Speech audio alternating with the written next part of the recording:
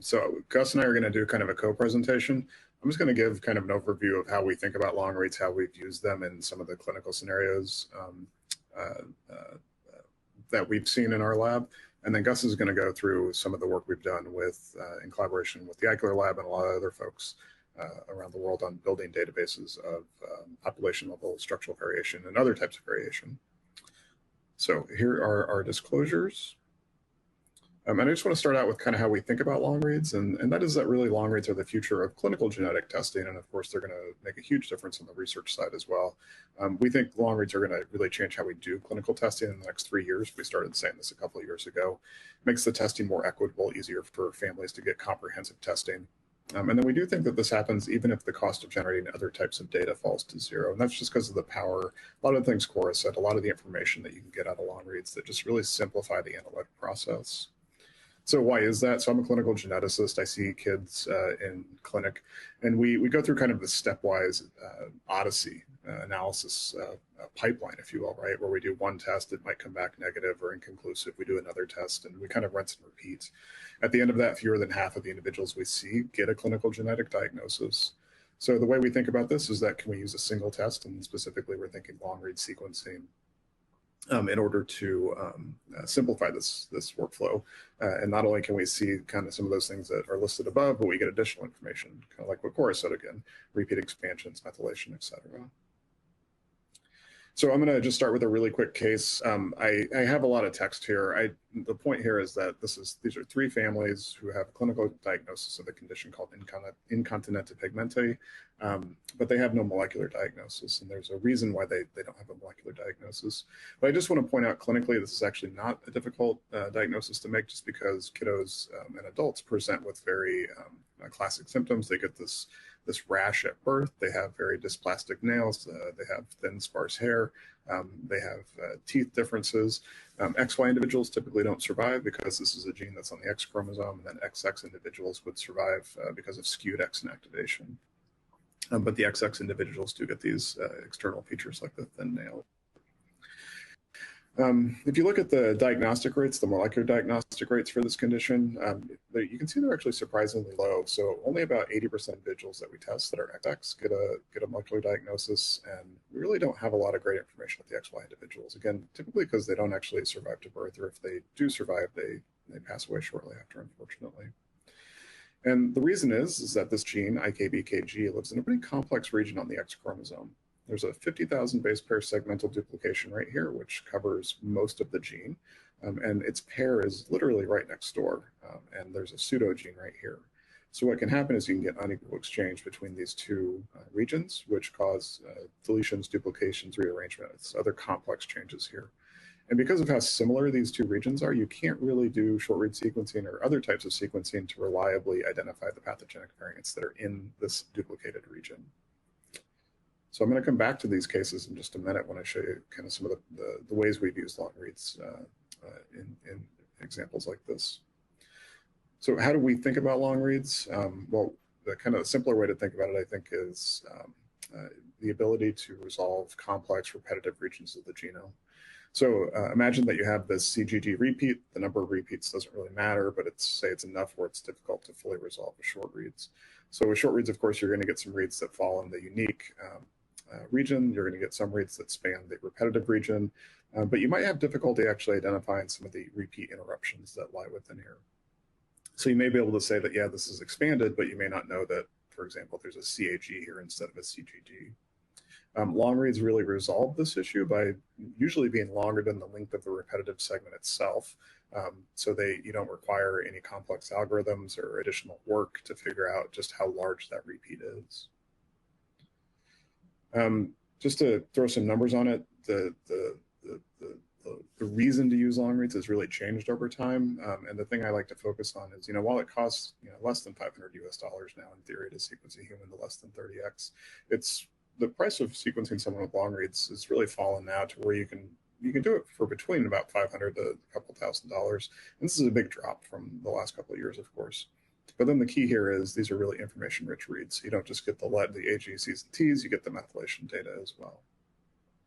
The other reason to do it, as Gus is going to touch on, I think you're going to see this slide again, is just the number of structural variants you can identify with long read sequencing. So we see more than twice as many structural variants with long reads as we do with some of the best short read sequencing based studies out there. So it really increases the amount of variation and disease causing variation that we can identify using this technology. So I think you're seeing a video now of the technology we use in the lab mostly, which is nanopore sequencing. So this works essentially by detecting changes in current as a single-stranded molecule, DNA or RNA, passes through this protein pore. The current changes are characteristic, so you can work backwards to figure out which nucleotides are in the pore and what modifications are on those nucleotides. Of course, it's complex. It's computationally complex to work backwards, which is where the error rate comes from. So if you get 10 A's in a row, you may not know exactly how many A's are there.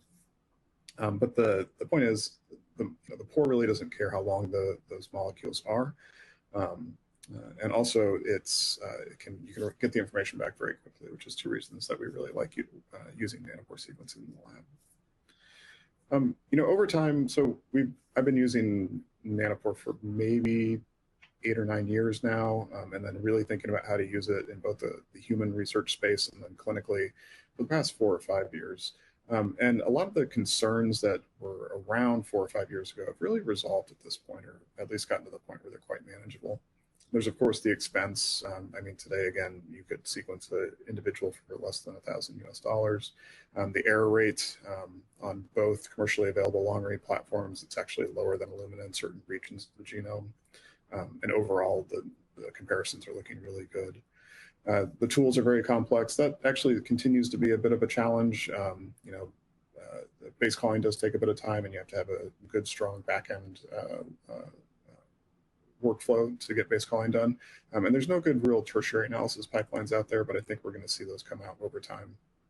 And then people have always kind of been concerned about the sample type that you can use for long-read sequencing. But today we're seeing talks and papers coming out where people are doing long reads regularly from different tissue types, including saliva or buccal, which are some of the more complex ones. So I think, this is just going to continue to get better, and the arguments, or the concerns, I should say, about long reads are just going to kind of continue to go away. So overall, we think about, why use long reads, why keep working on this in the clinical and research settings. It's just simply because the data is going to be, the process is more efficient. You generate data from a single sample, and you analyze it in a stepwise fashion. You get more complete view of the genome, you get more complete view of disease-causing variation.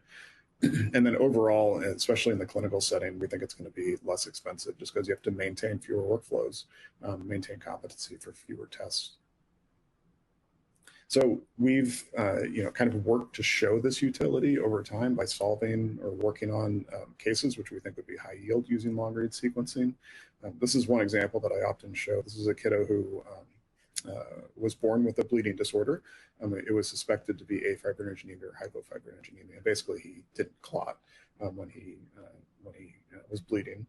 The clinical team sent a panel which was done on an exome backbone. It found a single pathogenic variant in the gene FGA. This was maternally inherited variant, and this gene makes sense for having a bleeding condition because this gene is fibrinogen alpha chain, so it's one component of the fibrinogen complex.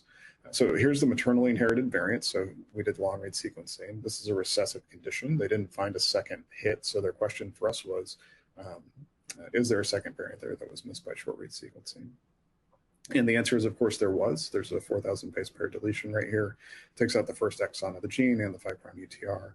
But you can imagine that when you're using an exome-based backbone, you might miss these small exons because, if you have, say, 60x coverage here and 100, 110, 120x coverage here, you're not really sure if that's just variability in the coverage you get or if that's a true deletion. You usually need a couple of exons to get that.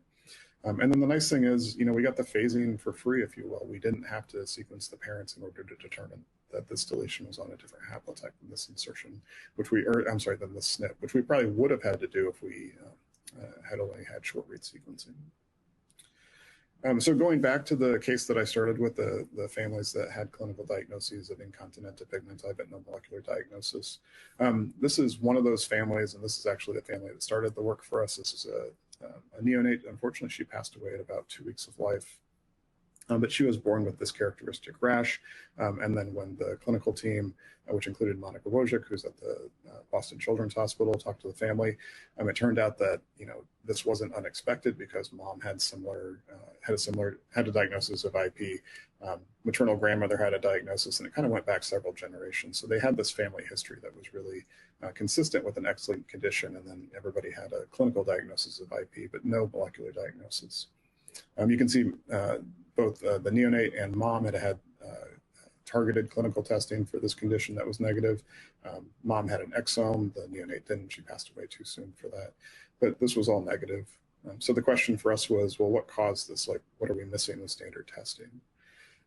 So this is sequencing from a sample that we collected after she passed away. And down here you can see the gene body. So here's IKBKG with the 10 different exons.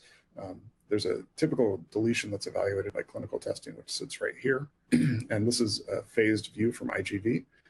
And this is haplotype 1, haplotype 2. These are arbitrarily assigned haplotypes. And what you see here is that there's a deletion that takes out exons 8 through 10 in the neonate. So it's smaller than the deletion that's typically evaluated by clinical testing, which explains why it might be missed by standard clinical testing. So we found a deletion, but does that mean that that's actually pathogenic? That's actually hard to do, but what we did do is we went back and got samples from mom, mom's sister, and the maternal grandmother, and all three of them had the same deletion. So this was following the pattern that we expected in the family. So that's nice evidence, but we wanted more. We wanted to understand, well, how is this actually affecting this neonate, and why is it that mom and other female relatives were more mildly affected?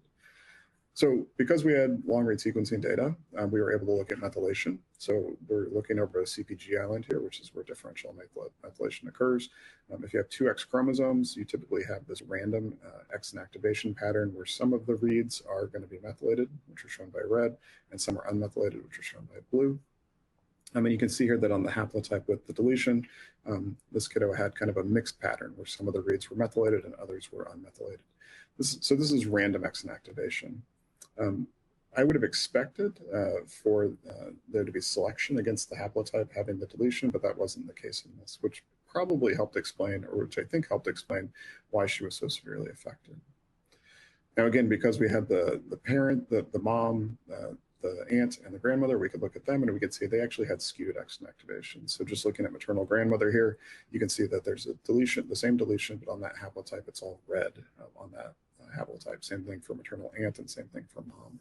So they survived because they have skewed X inactivation, which makes sense, whereas the neonate was more affected because she had mixed X inactivation. We can look genome-wide, or chromosome-wide, I should say, sorry, and see if this pattern persists for the entire X chromosome.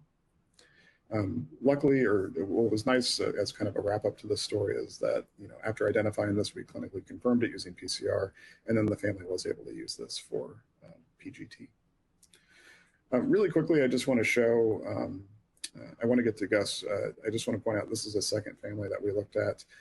Again, a proband who had a clinical diagnosis of IP, but no molecular diagnosis. Again, you can see she has the characteristic rash and she has the characteristic nail findings. We did long-read sequencing of her, and again, we find a deletion which spans part of IKBKG. It's about 11,000 or so base pairs. Again, if we look at her methylation pattern, we can see that she has skewed X inactivation, where that haplotype 2 is completely inactivated, whereas haplotype 1 is completely active. It's all blue. What was surprising us is that this is actually the common deletion that's tested for by clinical testing, and she had standard clinical testing, which did not identify this. We spent some time trying to figure out why this was missed, and we're not really sure. There were no SNPs in the primer binding sites. We talked to the clinical testing lab, they weren't sure. So it's just an example of how, even an established clinical test can miss things from time to time, and we were able to resolve this one with long-read sequencing. It was slightly kind of interesting, I think, that there was she had a brother who was known to have Klinefelters, so he was XXY, and he actually had similar phenotype and had skewed X inactivation as well. So what I did is I showed you really quickly a couple of cases of how we've used long-read sequencing to resolve some interesting clinical cases, but these are cases where we knew where to look. When we started kind of thinking about how we're going to implement this clinically, we realized pretty quickly that we needed a database of structural variants for filtering and prioritization. And to do that, we looked at 1,000 genome samples, and we looked to generate a lot of data from those samples. So what I'm going to do is I'm going to hand it over to Gus and let him talk through kind of the work we've done with that, and then I'll wrap up at the end. Great. Thank you, and thank you all for having us at this webinar. This is great. So like Danny said, I'm going to go ahead and talk through the tool that I'm developing, Needler. As Danny touched on in his presentation, we are interested in structural variation. And so these are deletions, duplications, inversions, insertions, and translocations that are greater than 50 base pairs.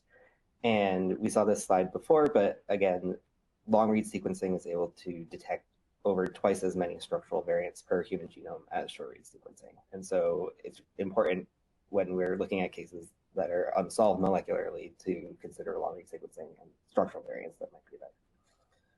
And again, in the Miller lab, we're using Oxford Nanopore to investigate these unsolved genetic cases.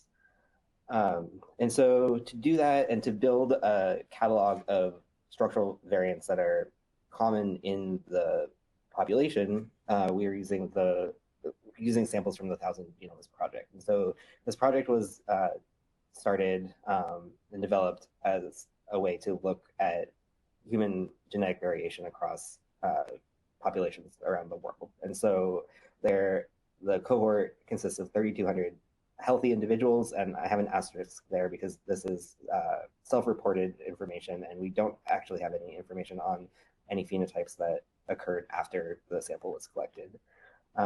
Again, the curation of common human genetic variation around the world, intentionally representative of human ancestral diversity. So there are a lot of populations that are represented. I have an asterisk here because there are populations that are notably missing from this database, including Indigenous Australians, folks from the Middle East, and Native North Americans. But the benefit of this cohort is that all of the samples are openly consented for research, and there are LCLs available commercially that we can use. And the samples have been sequenced on a variety of platforms, so there's a lot of orthogonal data to compare to. And so our lab, in close collaboration with the Eichler lab at UW, and then several other labs around the United States and in the UK, came together and did and Oxford Nanopore sequencing of 500 of these samples from the 1,000 Genomes Project. And over the summer, we finally got to our 500 number, so we were very excited about that. This is a plot just showing that of all the samples, the coverage was at least 25x coverage with an N50 greater than 40 kb. So you can see on the left that some of the raw data had N50s that were a little bit shorter than 40 kb, but if we dropped out some of the shorter reads, we still maintained at least 25x coverage and an N50 of 40 kb. This is a plot showing the number of structural variants per individual and broken down by the type of SVs. And so this is exactly what we'd expect to see, where individuals of African ancestry have more structural variants per individual. And then using the HD38 reference genome, we would expect to see more insertions than deletions. Structural variants are difficult to match and merge. This is a view of individual reads from one individual, and the structural variant callers have a pretty good algorithm to decide what to call this structural variant, even though you can see each of these individual reads has a slightly different start and end point and a slightly different read length. But it becomes a little bit more complicated when we're looking at matching and merging structural variants between individuals. So this is an example of a region where on the left here, there are several structural variants that in context, when we're talking about regions where a structural variant exists, we might want to say that these are all the same structural variant, but we need algorithms that can help decide that. So there are several tools that do that. Truvari is one of those tools, and that's the tool that I've used to develop Needler. And so what Truvari does is it takes information from a bunch of different samples and decides which structural variants are similar enough to call them as being the same. So here there are reads or structural variant representations from 150 samples from Sniffles 2, which is a structural variant caller. And at the top here, we have what it looks like when Truvari merges those all and collapses them into common structural variants. There are a lot of parameters that can be tuned within Truvari, and so I'm attempting to optimize this for the data that we have, but it's not as easy as it sounds. When we took a look at 450 samples, and I used different merging parameters to collapse these into common SVs, if we looked at exact match between these structural variants, we obviously had a lot more, because it's unlikely that the SVs are going to be called exactly the same between individuals. If we use more strict Truvari parameters, we have more SVs in the cohort, and then more relaxed parameters, meaning structural variants that are slightly more different from each other being merged into the same one. We see that there are fewer. And so it's sort of a balance between specificity and so over-merging and under-merging. Here's an example. Obviously, if all of the SVs that you're looking to merge are the exact same, the relaxed merge and the strict merge would give you the same result. This is an example of the SVs I showed you before, where we would probably want to call all of these on the left the same structural variant. And you can see that with the relaxed merge, we get two different long structural variants, and with the strict merge, we get, the different merging techniques merge them slightly differently. And so I'm developing this tool Needler, which is sort of a triple entendre. It's a nod to the Seattle Space Needle, a reference to finding a needle in a haystack, and a reminder that we need long-read sequencing to be able to do this work. And using the data that we have from the 1,000 genome samples, I'm building a catalog of structural variants within those samples to be able to filter out and prioritize candidate pathogenic variants in individuals that are unsolved.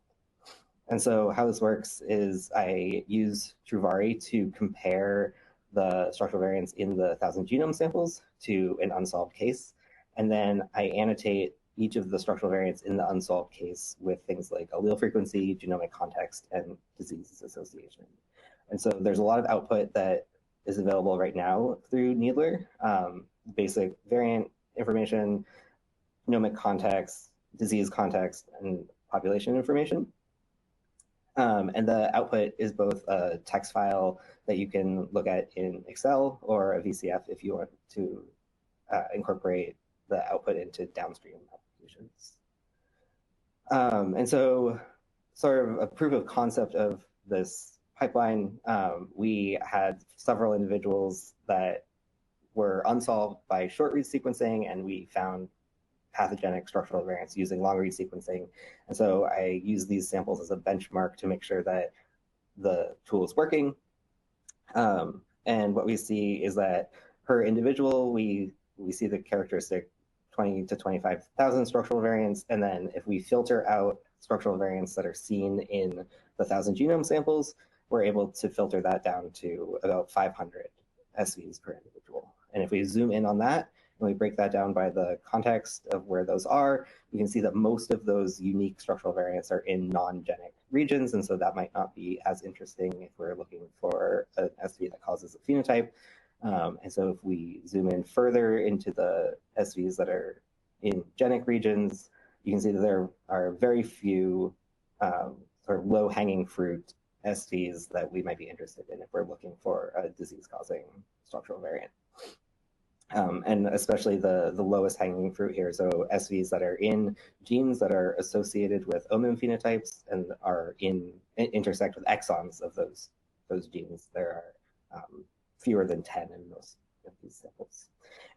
And what is great about this is that all of the SVs that we knew exist in these individuals that are disease causing were retained in the the filtering using the 1,000 genome samples. And so that was encouraging that this is working.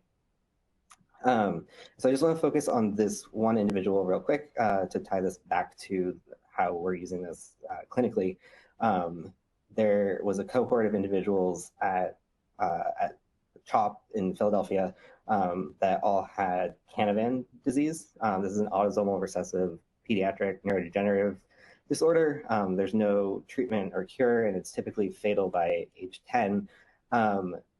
And the cohort of individuals each either had one known single nucleotide variant that was called, or they were completely unsolved. And we did long-read sequencing on all of these individuals. And what we found was that all of the individuals, all of the missing variants in each of the individuals ended up being this 2600 base pair insertion in the gene that is known to be associated with Canavan disease. And this is it's a mobile element insertion in an intron, and what ends up happening is it introduces a novel splice acceptor site, and it causes the protein to undergo nonsense-mediated decay. And so we were interested in why this wouldn't have been picked up by short-read sequencing, and we looked in Nomad SV because Nomad does have a structural variant database, but the database is actually based on short-read sequencing data. And the variant is in there, but it's annotated incorrectly. So it's annotated as a 461 base pair insertion. But the allele frequency of this insertion is actually higher than any of the other known pathogenic SNVs that cause Canavan disease. So the importance of this is that we were able to identify what is now the most common variant that causes Canavan disease, and it is undetectable by short-read sequencing. And so I continue to develop Needler. All of this, the tool itself is available on GitHub, and I am always open to suggestions for making it better and more user-friendly. Some of the things I'm working on next are making it compatible with the CHM13 reference genome, other structural variant callers. Right now it's optimized specifically for sniffles too, adding more samples in all the time. So the HPRC and HGSVC are working hard to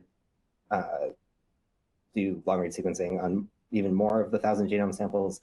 The colors database has long-read sequencing, and Genomics England has several thousand samples that at some point we'd like to incorporate.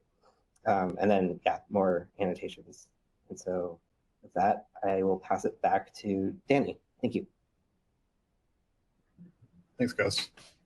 So just to wrap up, we want to talk about, in the beginning, I mentioned that if you gave away short-read sequencing, for example, that it still makes more sense on the clinical side to do long-read sequencing, even if you have to pay for it. And the reason is that there's a lot of tests that we do clinically which require multiple steps. You have to do multiple things. Depending on the result, you do something else, you do something else. You have to maintain competency. People in the lab have to be trained, things like that. So just one example of that is testing that we do for imprinting conditions, and specifically Prader-Willi-Angelman syndrome, but this also applies to Beckwith-Wiedemann, Russell-Silberg, et cetera. So a couple of years ago, we started looking internally at what are some of these tests that we do that we might be able to replace using a single test long-read sequencing.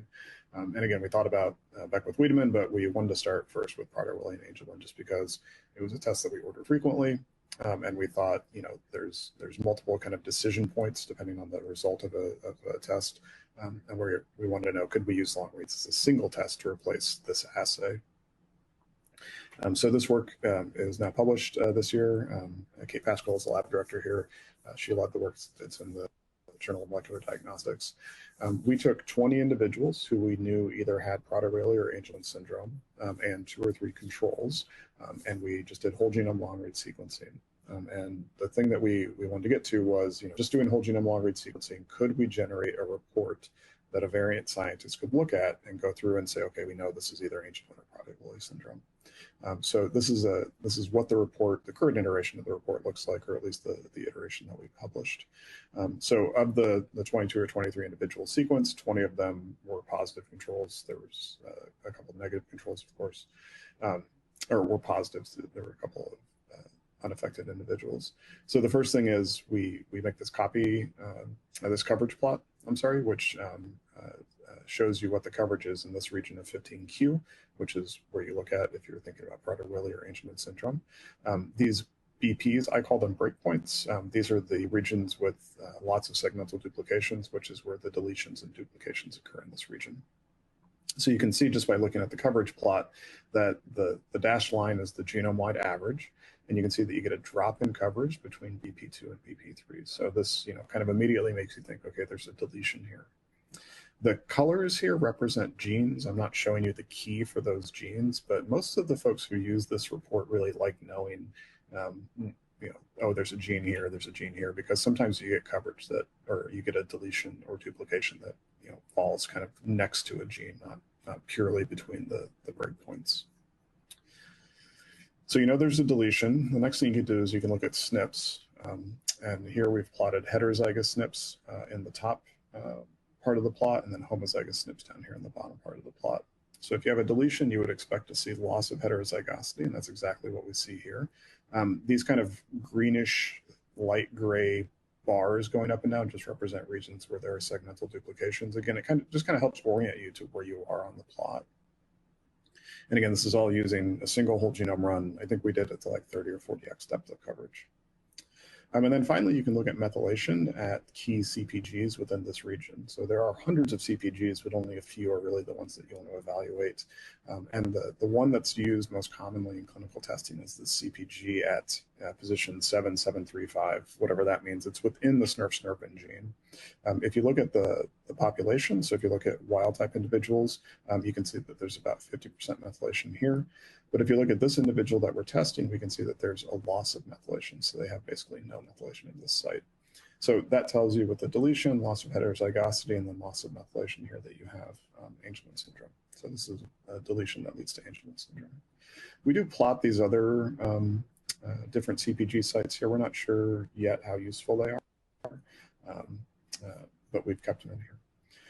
Using this report, 3 individuals were able to independently correctly identify whether a case was either Angelman syndrome, Prader-Willi syndrome, or a control in all cases. So they had 100% concordance with standard clinical testing. So we're pretty excited by the opportunity of just having this single report, single input data input that can then be used to run this test. And then just kind of as a bonus, we could go look for other pathogenic variants elsewhere, either within the deleted region or elsewhere on the chromosome. That's obviously not part of our standard clinical testing, but that's kind of what we're thinking long term. The other nice thing we can do that because we have long read data is that we can do phasing. So about 10% of individuals with Angelman syndrome will have a pathogenic variant in a gene called UBE3A. The challenge is that gene, there's no CPG nearby to tell you whether or not it came from mom or came from dad. In order for it to be Angelman syndrome, it needs to have come from mom. Typically what we'll do in these cases is if we see a pathogenic variant there is we'll look at the parents. It will be de novo most of the time. And then when it's de novo, we then have to try to figure out are any nearby SNPs from mom or dad. That's fairly complex and doesn't always work. Sometimes parents aren't available, sometimes there's not enough SNPs nearby, et cetera. So what we're able to do with long reads is we're able to phase the region between UBE3A and that CPG that I was talking about that's in SNRF and SNRPN. So for this particular individual, you can see that they have a 3 base pair deletion on haplotype 2 in UBE3A. And then if you look over at the left, you can see that haplotype is the one that is methylated, which means that this is in fact on the maternal chromosome, and this is, of course, Angelman syndrome. This does depend a bit on SNP density and read length. These were, the N50 of these reads were in the 20-30 kb range, so they were pretty good. If we go look at 1,000 genomes data, which is what Gus was just talking about, we're able to correctly phase variants in UBE3A and the CPG at SNRF-SNRPN, I think in more than 90-95% of cases. So, the likelihood, as long as you get good quality data, that you're able to phase this is probably pretty high. Okay, so just to wrap up before we get to the Q&A, what are some of the things we think are kind of the keys to really bringing long reads into the clinical environment? Well, the first thing, of course, is what we've been talking about, is building databases of control variants. This means structural variants, of course, which we can do from 1,000 genomes, but we need a larger source of data to really improve our filtering even more. And as Gus mentioned, we're looking at other resources for that, such as Genomics England. All of us is, of course, generating data, et cetera. But all variation isn't structural variation, as much as I would like to think that sometimes. There's other types of variation, like SNPs and indels, that are in genes which are difficult to sequence using short reads. Just think about PMS2, a cancer predisposition gene, where you can get variants in a region where there's a segmental duplication, and we may not know, what the population frequency of some of those variants are, just because they're hard to see. The other thing we need is good databases of methylation. Methylation can be used for detecting imprinting conditions, can be used for detecting rare genetic conditions. A lot of that data, unfortunately, is locked up in a company. So we need to figure out how to make that more available to the research community, and then more broadly to the clinical community as well. We need better ways to handle the samples in the laboratory. Currently, and this has been a slow improvement, but I've definitely seen positive movement here, where just make it simpler to go from blood, saliva, buccal, whatever the sample source is, to data. Kind of used to be an art, now it's a process that you can practice. Let's just make it kind of routine. That's where we need to get to. We do need good tertiary analysis pipelines that use all aspects of the long-read sequencing data, and I will continue to say that I don't think that these can just be repurposed exome analysis software. These probably need to be designed from the ground up to really capture all the value that you can get from long-read sequencing data. In the US, at least, and in other countries, I guess, to get their governments to support paying for a single data source. This is a shift in how you think about how testing is done, right? You're not just paying for one test to answer one question. You're paying for one test that can answer many questions. That test might be more expensive at first, but over the life of the evaluation, over the time it takes to actually evaluate someone for a rare condition, it's probably going to be cheaper. So we need to work with payers to figure out how do we show them that that's true, and then how do we get them to cover those costs. 3 or 4 years ago, I was a bit pessimistic about this. Over the last couple of years, I've become more optimistic about this as being something that we'll be able to work through. And then, of course, we need really good resources for counseling individuals about the tests that we're going to do, because this is a unique test and that can find a lot of different types of variation. But then also we need good resources for explaining some of the things we find to individuals. If you think back to the IKBKG examples that I showed, the incontinent to pigmenti families, counseling individuals on the impact, first off, how the events occurred, right? Unequal exchange between homologous regions of the genome, and then understanding the impact, right? We looked at skewed exon activation. We're able to see that individuals who survived are skewed, whereas an individual who passed away was not skewed. That's complex, and something that you can't really return well in the 30 minutes or so that you have for a counseling visit here in the US. So we need to make sure that we've got good resources for help explaining these results to families. So with that, I'll say thank you to the lab, which includes Gus, of course, the folks that we've worked with on many of these cases, including the folks at CHOP and Murdoch Children's on the Canavan cases. And then again, thank you to Nanopore for supporting this webinar. And then we're looking forward to questions and discussion.